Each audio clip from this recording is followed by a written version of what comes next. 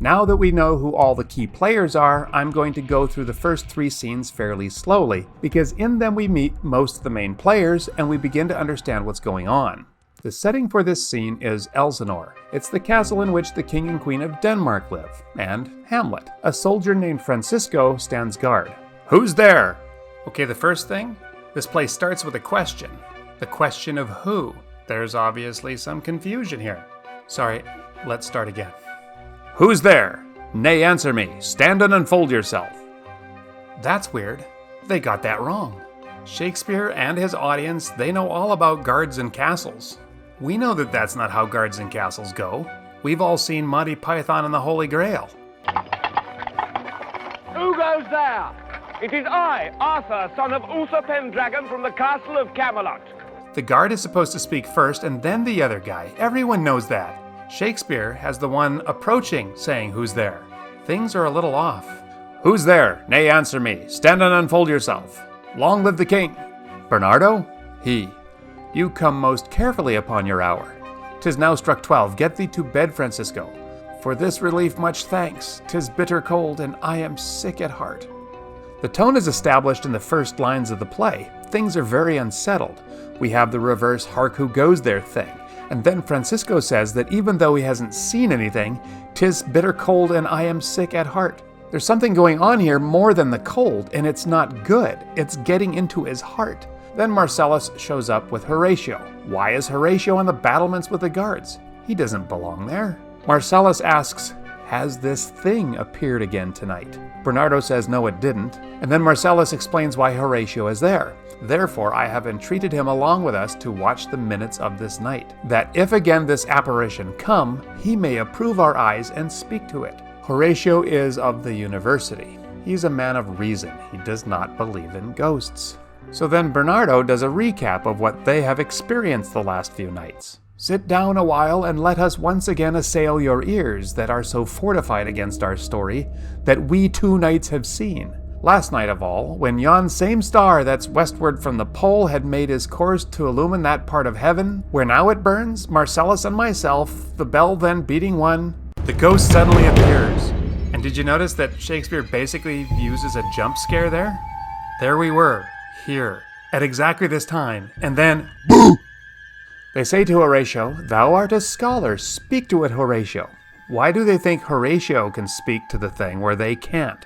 During the time when this play is set, there were 3 languages in England. English was spoken by the common people. The nobility spoke French, because in 1066, William the Conqueror came over and defeated the Anglo-Saxons, and then replaced most of the aristocracy with French guys, his friends. So French was the language of the aristocracy, and Latin was the language of the church. And the church invented universities, so Latin was the language of universities. And obviously angels and God and devils all speak Latin because it is that church language. So Horatio is the only guy standing there who can speak Latin. Obviously he can communicate with a ghost. Horatio tries to speak to the ghost, but it goes away. Horatio is now a believer, and he says, before my God, I might not disbelieve without the sensible and true avouch of mine own eyes. The ghost looks just like Hamlet's father, dressed all up in battle gear. So then Marcellus asks a question. Why this same strict and most observant watch so nightly toils the subject of the land?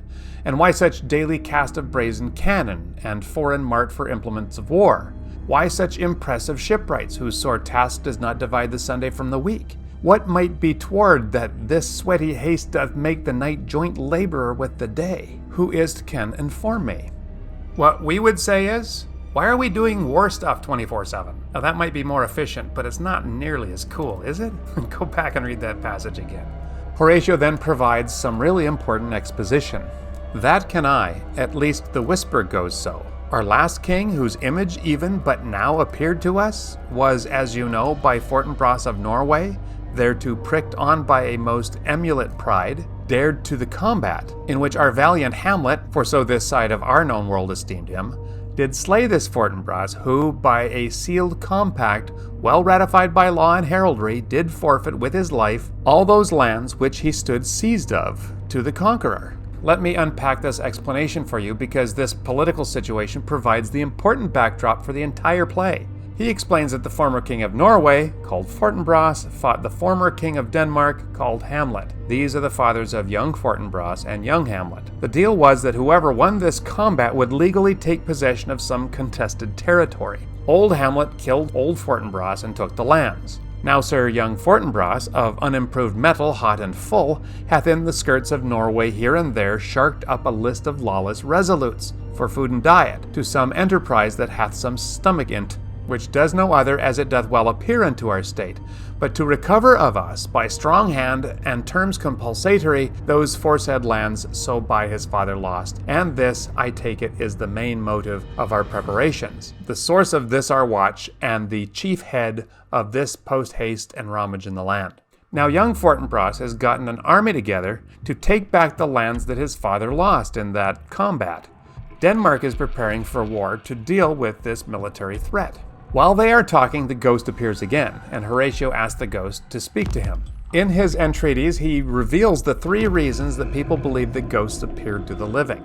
If there be any good thing to be done, that may do thee ease and grace to me, speak to me. If you want something good done that would be good for me as well, tell me what it is. If thou art privy to thy country's fate, which happily foreknowing may avoid, O speak. If you know something that will help your country avoid something perilous, then speak of that. Or if thou hast uphoarded in thy life extorted treasure in the womb of earth, for which they say you spirits oft walk in death, speak of it. Oh, treasure, tell me about that. Please let it be that one. The ghost leaves without saying anything. The scene ends with these words from Horatio. Let us impart what we have seen tonight unto young Hamlet, for upon my life this spirit dumb to us will speak to him. Do you consent we shall acquaint him with it, as needful in our loves, fitting our duty? Let's do it, I pray, and I this morning know where we shall find him most conveniently. Horatio says that we need to talk to Hamlet about this. The ghost won't talk to anybody but him. It is our duty to do so, and also because we love him. Pay attention to this love and duty theme in the play as well. Bernardo says, I know where he is right now, and we will find him there too in Act 1, Scene 2. Thank you, and we'll see you there.